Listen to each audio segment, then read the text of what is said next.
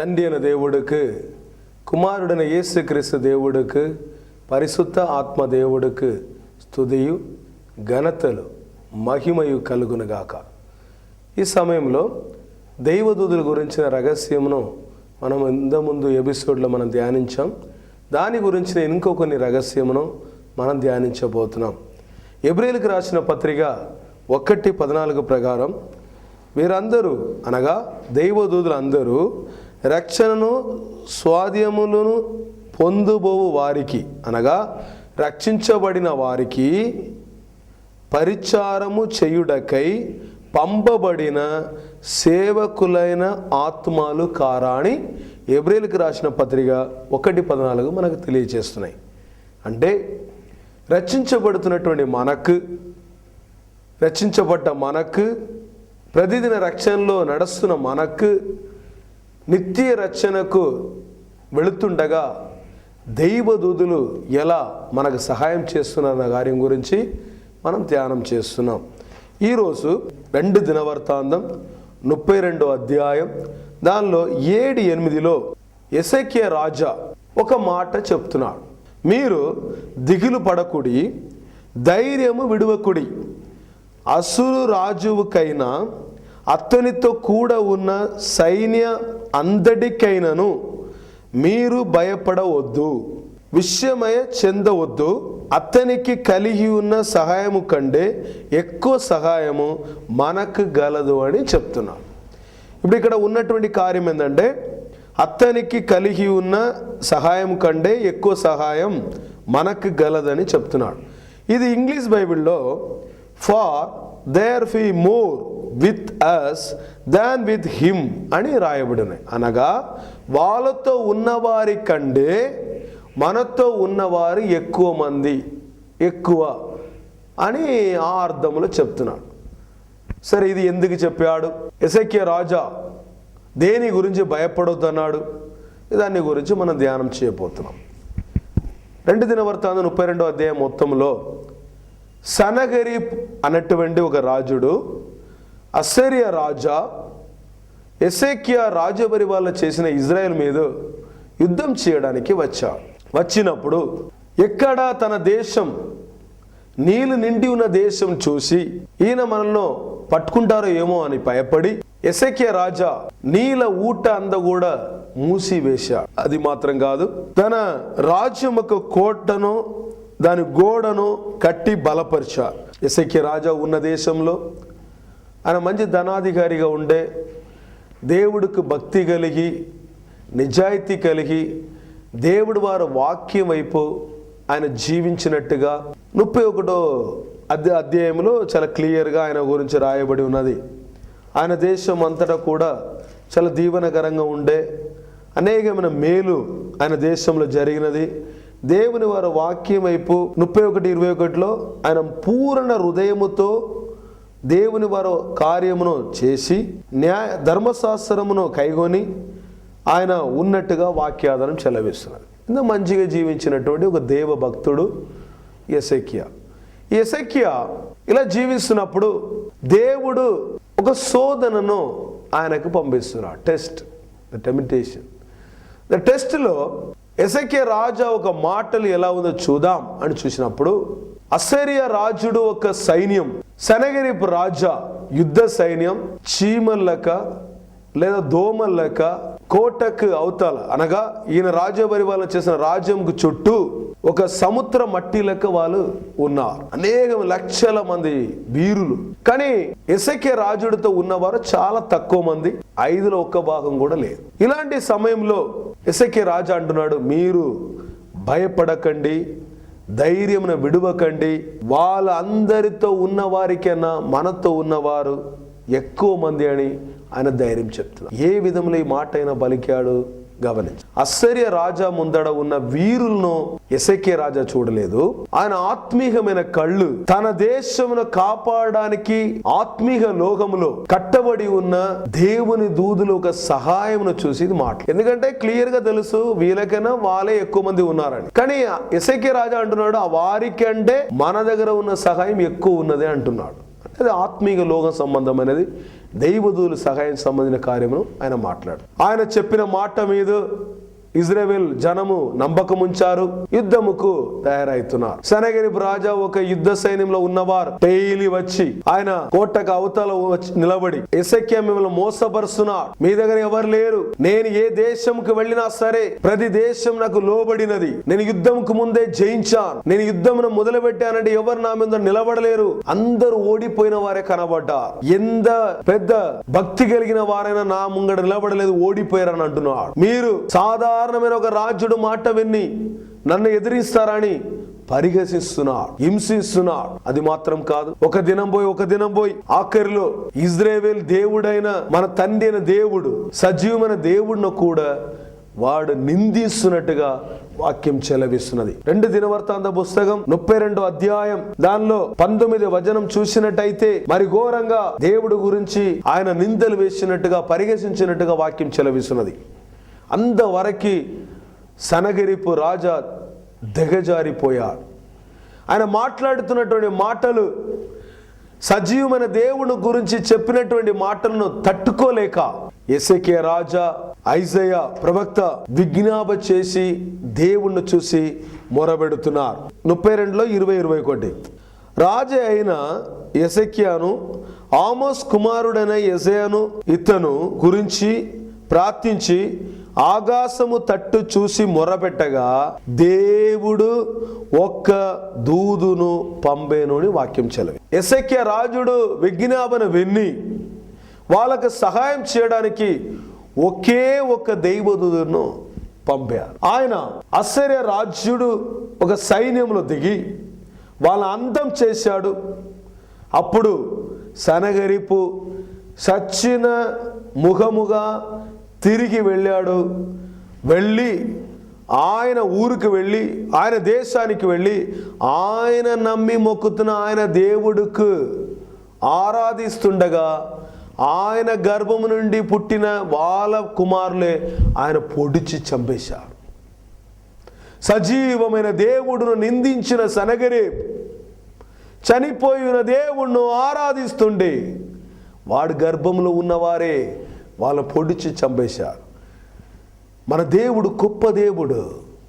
మన దేవుడు దగ్గర మొరబెడితే దేవుడు వాక్యం కొరకు జీవించున్న వారి కొరకు సహాయం చేయడానికి పంపబడుతున్నటువంటి ఆత్మగారా ఒక్క దైవదును పంపిస్తే సనగరిపులో ఉన్న ప్రతి అనగా అస్సీరియా సైన్యం అంతా కూడా ఆ ఒక్క దైవదుడు అందం చేశాడు. సరే, ఒక్క దైవదుడు అందం చేశాడని చూశాం. ఆ ఒక్క దైవదుడు ఎంతమందిని అందం చేశాడు దాన్ని చూడాలి. యెషయా గ్రంథం 37వ అధ్యాయం 36వ వచనంలో అతడు దేవుడు దూత బయలుదేరి అస్సురు వారి తండుపేటల్లో 1,85,000 మందిను మెత్తెను. ఉదయమును జనులు లేవగా వారు అందరూ మృదు కబేరులుగా ఉండిరి. గమనించాలి, ఒకే ఒక దైవదూడనే దేవుడు యెహెజ్కేలు రాజుడు కొరకు ఇజ్రాయేల్ దేశం కొరకు పంపాడు.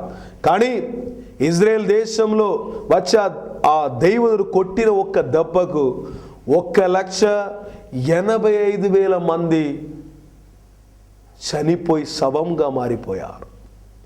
ఇది ఎలా జరిగినది? ఇది గురించి మేము రీసెర్చ్ చేశాం. చరిత్ర పుస్తకంలో ఈ ప్రాంతంలో ఈ సమయంలో జరిగినటువంటి కార్యములలో ఒక కీడైన ఒక రోగం ఆ రాత్రిలో వచ్చి ఒకే రోజు ఆ రోగముకు ఇంతమంది బలి అయిపోయినట్టుగా వాళ్ళ చరిత్ర పుస్తకం చెలవిస్తుంది.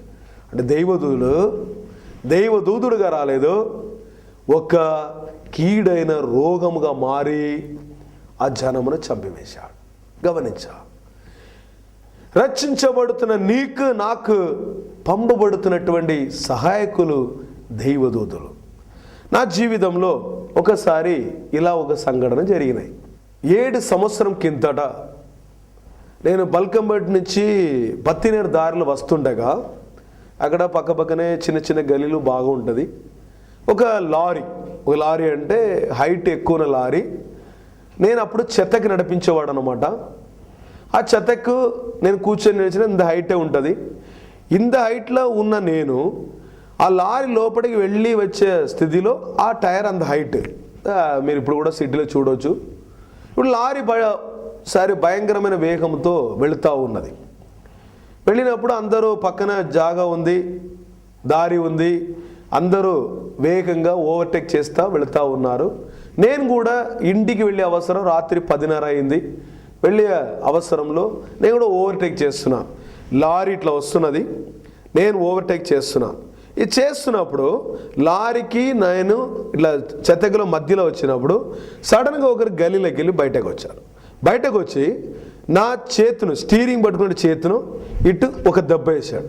ఇట్లా స్పీడ్గా వచ్చిందని దెబ్బ వేసే వరకు ఈ చెత్తకు స్టీరింగ్ ఇట్లా తిరిగిపోయిన స్టీరింగ్ కంట్రోల్ ఆపలేక లారీ లోపలికి వెళ్ళిపోయినాయి. లారీ లోపలికి వెళ్ళిపోతే ఆ స్పీడ్కి తగ్గినట్టుగా చెత్తకు కూడా ఉన్నాయి కాబట్టి లారీ లోపలికి వెళుతూ ఉన్నాయి. సడన్గా నాకు ఏమనిపించదు తెలియదు, ఈ రైట్ హ్యాండ్ కుడి చేతులు ఇట్లా తిప్పితే నేను బయటకు వస్తున్నాను. బయటకు వస్తున్నప్పుడు ఆ లారీ ఒక కొండి కింద, ఒక కొండిలకి ఇట్లా ఉన్నది.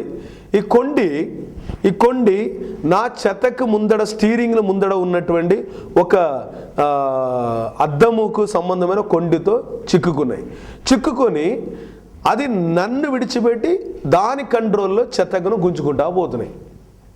పోతే భయంకరంగా షేక్ అవుతున్నది, అతివేగంగా తీసుకుపోతున్నాడు.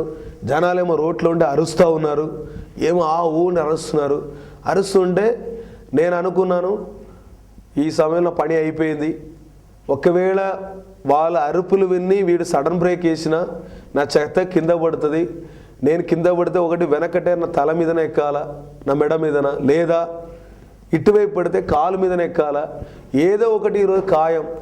సరే దేని అయినా దేవుడికి స్తోత్రం చెప్పేసి ప్రభువా అని చెప్పి నేను మొరబెట్టాను. ఆ సమయంలో ఇప్పుడు కూడా నాకు జ్ఞాపకం ఉంది, ఒక ఒక చేతులు అది నా కాలర్ను పట్టి ఇట్లా లాగి ఇట్లా గుంజుకోబోతున్నాయి. ఒక హస్తం లాగి తీసుకుపోతున్నప్పుడు నేను బైక్ నుండి ఇట్లా వెళుతున్నప్పుడు నేను వెళుతుండగానే చూస్తున్నాను నా చెత్తకు లారీతోనే వెళుతూ ఉంది. నేను చూసి ఇట్లా డమ్మని భయంకరమైన శబ్దంతో పడ్డప్పుడు నాకే అర్థమైంది, ఓహో నా కాలు చేతులు ఇరిగిపోయిందేమో అని చెప్పినప్పుడు ఆ చెత్త వాళ్ళందరూ అరుస్తుండే, జనాలు పక్క నుండి అరుస్తుండే. ఆ లారీ వాడు బ్రేక్ వేస్తే చెత్తకు రాసుకుంటే ఒక దూరం వరకు పోయి ఆగింది. నేను కాలు చేతులు రాసుకుంటున్నాను, ఏమీ కాలేదు, నాకు ఏమి కాకుండా దేవుడు కాపాడినామని చెప్పేసి నేను సెల్ ఫోన్ తీసి పెట్టుకుంటున్నాను. జనం అంతా వచ్చి నన్ను లేపి కాలు రాసుకుంటున్నారు, చేతులు రాసుకుంటున్నారు. ఏమైందంటే ఏమైంది తమ్మి, మీకు ఏం కాలేదు అంటే మాకు ఏం కాలేదంటే దేవుడు కాపాడారు, నా చెత్తకి ఏమైంది చూడండి అంటున్నాను. అక్కడున్న జనం అంతా అన్యులు. వాళ్ళొక మాట ఏమన్నారు తెలుసా, ఇది నిజంగానే దేవుడు గొప్ప కార్యం అన్నారండి, దేవుడికి మహిమ కలుగును కాక. ఆ సమయంలో మాత్రం వచ్చి నన్ను తీసుకురాకపోతే నేను ఈరోజు మీ ముంగడ ఉండి ఈ వాక్యం చెప్పేవాడే కాదు. అలా చెత్తగా బయట తీసుకొచ్చారు, దానికి ఏమైనా అయిపోయిందేమో, ఒక లోన్ కూడా తీరలేదే, ఎలా కడతానని చెప్పి భయపడినప్పుడు దానికి కూడా ముందడ స్టీరింగ్ కింద ఒక చిన్న పైప్ ఉంటుంది, దాని పైప్ మాత్రమే బెండ్ అయింది కానీ దానికి ఇంత కూడా డ్యామేజ్ కాలేదండి. అంత అద్భుతకరంగా దేవుడు నా ప్రాణమును కాపాడారు, నా బైక్ చెత్తగిన కాపాడారు. అన్నిల మధ్యలో దేవుడు సజీవమైన దేవుడు నిరూపించారండి. నాకేం కాలేదు, అన్నీ 5 నిమిషాల్లో అయిపోయినాయి. 10:30కి ఎక్కి కూర్చొని నాకు రాజుగాలలో ఇల్లు, అప్పుడు ఇక వేగంగా చెత్తగా నడిపిస్తుంటే అది ఆలోచించి కన్నీళ్ళు పెట్టుకుంటున్నాను. ఆ సమయం అంతా ఆలోచించాను, ఎంత ప్రేమ ఉండే దేవా, నువ్వు నన్ను కాపాడి ఉండాలా, నీ సేవకుడైన పని రచించబడిన నాకు సహాయం చేయడానికి ఇలా నువ్వు చేసి ఉండాలా అని చెప్పి ఏడుచుకుంటే ఇంటికి వెళ్ళినప్పుడు నా అవతారం చూసి నా భార్య ఏడుస్తున్నది. ఏమైందని ఏం చెప్పట్లేదు. బెడ్రూమ్లో పోయి తలుపు వేసుకొని 45 నిమిషాలు కన్నీళ్ళతో దేవుడికి కృతజ్ఞత చెల్లించాను. ఒకటే చెప్పాను, దేవా నాకు నువ్వు ఇచ్చిన ప్రాణం నీది, నా కాలు చేతులు అంత ఆరోగ్యంగా ఇచ్చావు, చిన్న డ్యామేజ్ లేకుండా కాపాడావు. నాకు జీవితం అంటూ ఒకటి ఉంటే నీ సత్య వాక్యం ప్రకటించడానికి నా సమయం పక్కన పెడతానని ఆ రోజు మొదలుకొని ఈ రోజు వరకు సత్యవాక్యంకే నేను ప్రాముఖ్యం ఇచ్చి జీవిస్తున్నా. నా భార్య నన్ను చూసినప్పుడు నా పట్టలు ప్యాంట్ అంతా చినిగిపోయి ఉండే, కానీ నా చర్మానికి నా మాంసంకి ఏది కూడా ఒక కీడు జరగకుండా దేవుడు కాపాడు. అంత గొప్ప దేవుడు మన దేవుడు అండి. ఎందుకంటే రక్షించబడుతున్నటువంటి మనకు సహాయం చేస్తున్నటువంటి దేవుడు సహాయకులుగా దైవదూతులను పంపించి మనకు సహాయం చేస్తున్నారు. ఒక దగ్గర మనం చూసినప్పుడు కీర్తన 91లో 11-12 చదివినట్టయితే, నీ మార్గములన్నిటిలో నిన్ను కాపాడుటకు ఆయన నిన్ను గురించి తన దూదులను ఆజ్ఞాపించెను. నీ పాదములకు రాయి తగులకుండా వారు నిన్ను తమ చేతితో ఎత్తిపెట్టుకొందురు అని వాక్యమున్నాయి. ఈ వాక్యముని చదివాను. నన్ను దేవుడు ఎంత ప్రేమించుండే ఆ దైవదూతను నా కోసం పంపించి ఆయన హస్తము నా కాళ్ళను పట్టి లాగి దేవుడు సహాయం చేసే దేవుడు నిర్మించి ఎబెనేజరు అనే దేవుడు నాకు ప్రాణమును పోసిన ఆ గొప్ప దేవుడికి నేను మహిమ చెల్లిస్తున్నాను. నా జీవితంలో అనేక సార్లు ఆయన మేలు ఎన్నో సాక్ష్యములు ఉన్నాయి, కానీ ఈ విధములో మాత్రం దైవదూతల ద్వారా ఆయన చేసిన సాక్ష్యం మరీ గొప్పది, మరీ గొప్పది. అనేకమైన కార్యం చేశాను. కారణం ఏం తెలుసా? ఆ రోజుల్లో కూడా నేను వాక్యం అంటే పడి చచ్చేవాడు. వాక్యంలో సాధారణంగా నేను ధ్యానం చేసేవాడు కాదు. ఒక వాక్యంలో డౌట్ వచ్చేస్తే తున్నుతా ఉంటాను, వాక్యం ఎక్కడున్నా, ఆ వాక్యానికి ఆధారం ఏంది, దానికి ఎందుకు ఇలా రాయబడిన, అట్లా కఠినమైన వాక్యం కూడా అర్థం కాకపోతే వాక్యంలో వెతికినవాడు, వెతికి ధ్యానించేవాడు. వాక్యం అంటే నాకు అంత ప్రేమ, వాక్యం అంటే నాకు ప్రాణం. ఎందుకంటే ఆ వాక్యం జీవం కలిగి ఉన్నది. అది యోహాను సువార్త 1:4 చెలవిస్తుంది, ఆ వాక్యము జీవమున్నది, ఆ జీవ మనుషులకు వెలుగై ఉన్నదని వాక్యం చెలవిస్తున్నాయి. ఆ వాక్యంను బట్టి నేను వందనం చెల్లిస్తున్నాను. కాబట్టి దేవుని వారి వాక్యం కొరకు సాక్ష్యం చెప్తున్నాను. ఇటువంటి కార్యం మీకు కూడా దేవుని వారి వాక్యమును ప్రేమించి, దేవుని వారి వాక్యం కొరకు జీవించి, దేవుని వారి వాక్యం కొరకు మీ జీవితమును పక్కన పెడితే మీ కొరకు కూడా దేవుడు సహాయం చేయడానికి పంపబడుతున్నటువంటి దైవదూతలను అనేకమంది మీకోసం పంపిస్తారు. అందుకాబట్టి నన్ను వింటున్నటువంటి దేవుని పిల్లలారా, మీకు కూడా దేవుని వారు సహాయం, ఆయన దైవదూతలు సహాయం కావాలంటే మీరు దేవుని వారి వాక్యానికి వరకు మీరు జీవితమును పక్కన పెట్టాలి. ఒక రోజుకు మినిమం 3 అధ్యాయమును మనం ధ్యానం చేయాలి. ఏదో ఒక అధ్యాయం 2 అధ్యాయం చదివి వెళ్ళిపోవడం కాదు. అందుకాబట్టి దేవుడు వాక్యమును ఎక్కువ ధ్యానం చేసిన వారుగా కనబడాలి, వెతికే వారుగా కనబడాలి, మీరు పరిశోధించే వారిగా కనబడాలి. ఎందుకంటే దేవుని వారి వాక్యమే జీవన్ కలిగినది. ఆ వాక్యం మనలో ఎంతవరకు ప్రవాహిస్తుందో, ఎంతవరకు మనలో వెళుతుందో, ఎంతవరకు మన హృదయంలో నింపబడుతుందో అంతవరకు మన ప్రాణంతో మన పెదవుల ద్వారా మాట్లాడుతున్న మాట మనకు ఆరోగ్యపరుస్తాయి. అందుకాబట్టి మీరు ఎవరైనా సరే దేవుడు వారి వాక్యం వైపు మీరు వచ్చే తీరాలి. జూలై 20 తారీఖు మన ఎస్పీజీ చర్చిలో మాయగారు డాక్టర్ జిఆర్ పాల్మోని గారు మొదటిసారిగా ఆంధ్రప్రదేశ్లో school of business, school of wisdom, school of healing అనగా మెడిసిన్ 3 విధమైన కార్యమును మా అయ్యగారు ఫస్ట్ టైం కోర్సెస్గా తీసుకొస్తున్నారు. ప్రతి కోర్సుకి 200 రూపాయలు ఫీజు. మొదటిగా స్కూల్ ఆఫ్ బిజినెస్లో వ్యాపారం చేసినటువంటి వారికి, వర్తకం చేసినటువంటి వారికి పరలోకంలో దేవుడు ఎలా బిజినెస్ చేస్తున్నారు, వ్యాపారం, పాత నిబంధనలో మానవులు ఎలా చేశారు, దైవదూతలు ఎలా చేస్తున్నారు, అపవాదైన సాతాను ఎలా చేస్తున్నాడు, యేసు పరిశుద్ధాత్మ దేవుడు ఎలా చేశారు, కొత్త విశ్వాసులు ఎలా చేశారు, శిష్యులు ఎలా చేశారు, ఆ బిజినెస్ను తాను చేస్తున్నటువంటి పనిను ఎంత నిజాయితీగా చేస్తే దేవుడు వారి దీవెనను వాక్యం ద్వారా మనం అందుకోవచ్చు. ఇంతవరకు ప్రపంచంలో చెప్పలేనటువంటి వేల కొలది రహస్యం అక్కడ నేర్పించబడుతున్నాయి. బీజీ డీజీ అనగా పోస్ట్ గ్రాడ్యుయేట్ డిప్లొమా కోర్సెస్. అది 1 ఇయర్ చదివితే మీకు సర్టిఫికేట్ ఇవ్వబడుతుంది. దాని డీటెయిల్స్ అంతా కూడా మీరు ఆ రోజు వస్తే డైరెక్ట్గా చెల్లించవచ్చు. దాని గురించి పూర్తి వివరాలు కావాలంటే ఆంధ్రప్రదేశ్ మొత్తంలో ఉన్న బిజినెస్ మ్యాన్ ఎవరైనా సరే, చిన్నగానా పెద్దగానా, మీరు ఓన్గా చేసిన బిజినెస్ వర్ధించలేదా, మీరు నష్టంలో వెళుతున్నారా? మీరు దీవించబడాలా? వాక్యం వైపు రండి. వాక్యం నుంచి వర్తకమును వ్యాపారం నేర్చుకొని సరి అయిన విధంగా బిజినెస్ చేయండి. దేవుడు మిమ్మల్ని దీవిస్తారు. రెండోది the school of wisdom, the లోక జ్ఞానం, మనిషి జ్ఞానం, దైవ జ్ఞానం. 3 విధమైన జ్ఞానములు ఉన్నాయి. జ్ఞానం అనగా numbering system, divine mathematical system. దేవుడు జ్ఞానం ద్వారా, నంబర్స్ ద్వారా ఎలా లోకమును సృష్టించారు, ప్రపంచమును సృష్టించారు, భూమి బునాది ఎలా వేయబడినది, 7 పిల్లర్స్ ఎలా వేయబడినది, దానిలో 3 వివిధమైన భాగాలు ఎలా జరుగుతున్నాయి, 21 విధమైన మండలాలు భూమి మీద ఎలా జరుగుతున్నది, ఆకాశం ఎలా 3 విధమైన ఆకాశం, 7 పిల్లర్, 7 స్తంభము ద్వారా 21 మండలముగా పనిచేస్తున్నాయి. ఇటువంటి అనేకమైన రహస్యం నంబరింగ్ సిస్టంలో, ద విజ్డమ్లో, డివైన్ విజ్డమ్లో నేర్పించబడుతున్నాయి. ఇది ప్రతి వారికి, విశ్వాసుల నుంచి, పాస్టర్ నుంచి, ఆంధ్రప్రదేశ్లో ఉన్న వాక్యమును వెతికి ధ్యానం చేయాలనుకునే ప్రతి వారికి ఇది అవసరం. ఎందుకంటే నంబర్ లేకుండా బైబిల్లో ఏమీ లేదు. నంబర్ లేకుండా భూమిలో ఏది జరగదు. నంబర్ లేకుండా ఏది కూడా మానవుడు జీవించలేడు. ఈ నంబర్ని మీరు తెలుసుకోవాలంటే, విజ్డమ్ను తెలుసుకోవాలంటే, దేవుడి జ్ఞానమును, దైవ జ్ఞానమును పొందుకోవాలంటే మీరు అందరు రండి. లోతైన మర్మంతో కూడిన సందేశంను మీకు అక్కడ ఉపదేశించబడుతున్నాయి. మూడోది evening school of healing. School of హీలింగ్లో ద మెడిసిన్ ఫీల్డ్లో, మెడికల్ ఫీల్డ్లో ఇంతవరకు నేర్పించలేనిది, ఇంతవరకు తెలియనటువంటి అతి గొప్ప రహస్యమైన ఆత్మ సంబంధమైన స్వస్థత, ప్రాణ సంబంధమైన స్వస్థత, శరీర సంబంధమైన స్వస్థత, శాశ్వతమైన స్వస్థత ఎలా జరుగుతుంది, ఇదన్నీ కూడా ట్రై హీలింగ్లో మనం తీసుకొస్తున్నాం.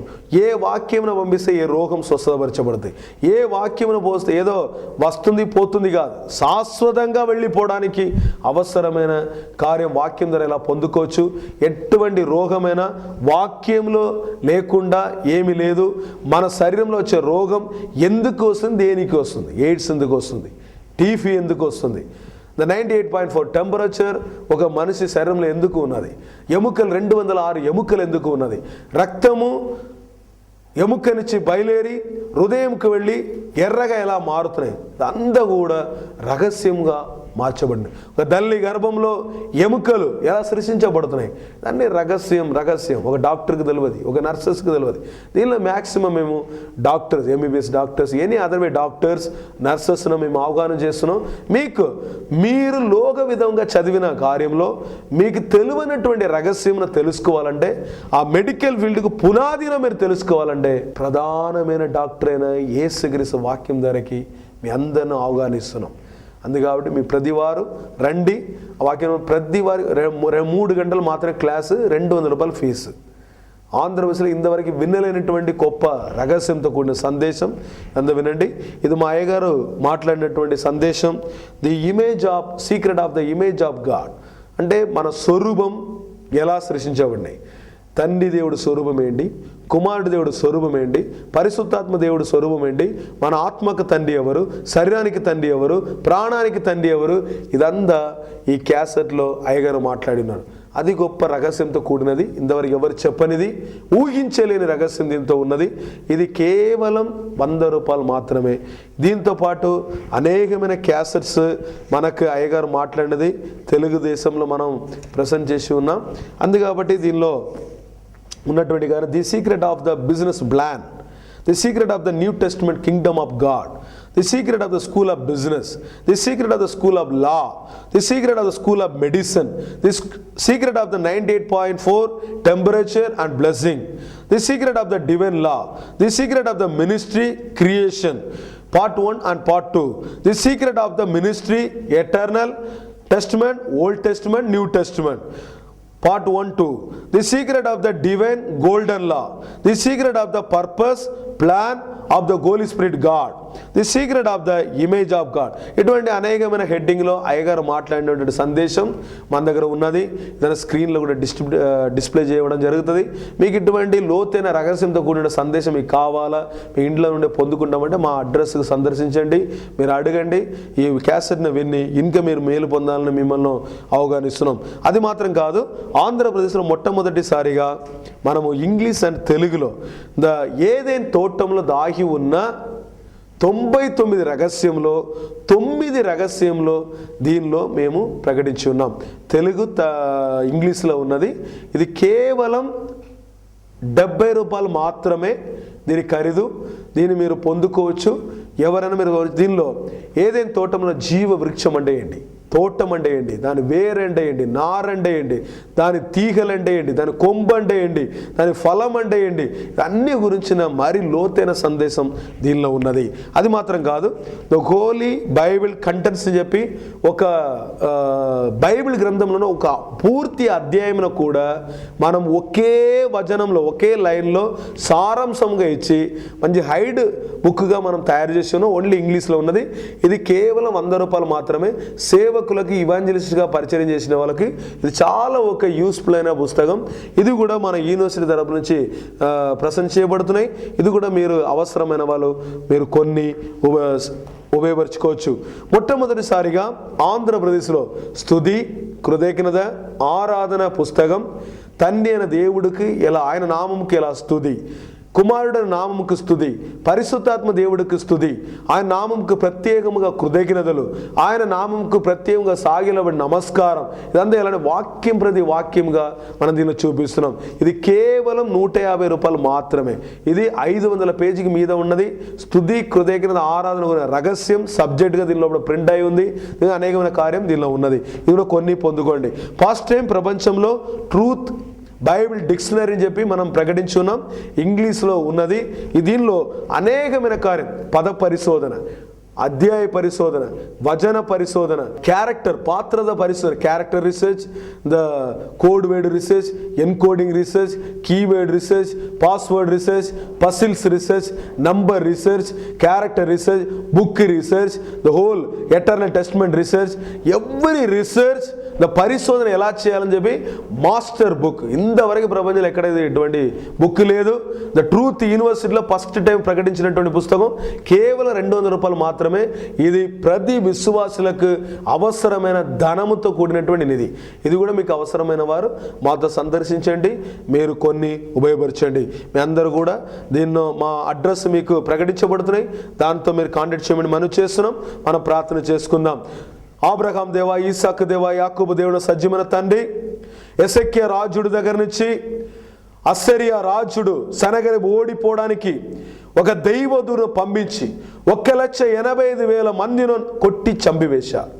1,85,000 మంది ఒక్క దేవుడు బలమైతే, మా అండగా మీరు పెట్టిన దేవుడు మాకు అండగా ఉన్నప్పుడు మాకేమి జరుగును? మాకేమీ జరగదు నాయన. మేము భయపడడం లేదు, తెగులు చెందడం లేదు, ధైర్యం కోల్పోవడం లేదు. ఎప్పుడు కూడా మీ అండలో, మీ సముఖంలో ధైర్యంతో మేము జీవిస్తున్నాం. ఆత్మహత్య తీసుకొచ్చిన దయ్యం ఒక ఆలోచనను, మానవ ఓటంను తీసుకొచ్చిన దయ్యం ఒక అపవాదన క్రియలు, మాటలు, ఆలోచన యేసుక్రీస్తు నామములో బంధించి వెలగొట్టి కాల్చి వేస్తుంది దేవా. దీని వింటున్న ప్రతి వారికి దేవుడు వాక్యంలో గొప్ప విడుదల జరుగును గాక. అలా చేస్తున్నందుకు వందనాలు. సహాయంతో వేడుకోండి, ప్రార్థించి వేడుకుంటున్నాం. మా ప్రార్థన ఆలయం దీవించండి పరలోక తండ్రి. ఆమేన్. దేవుడు వారి వాక్యం ద్వారా మిమ్మల్ని దీవించును గాక.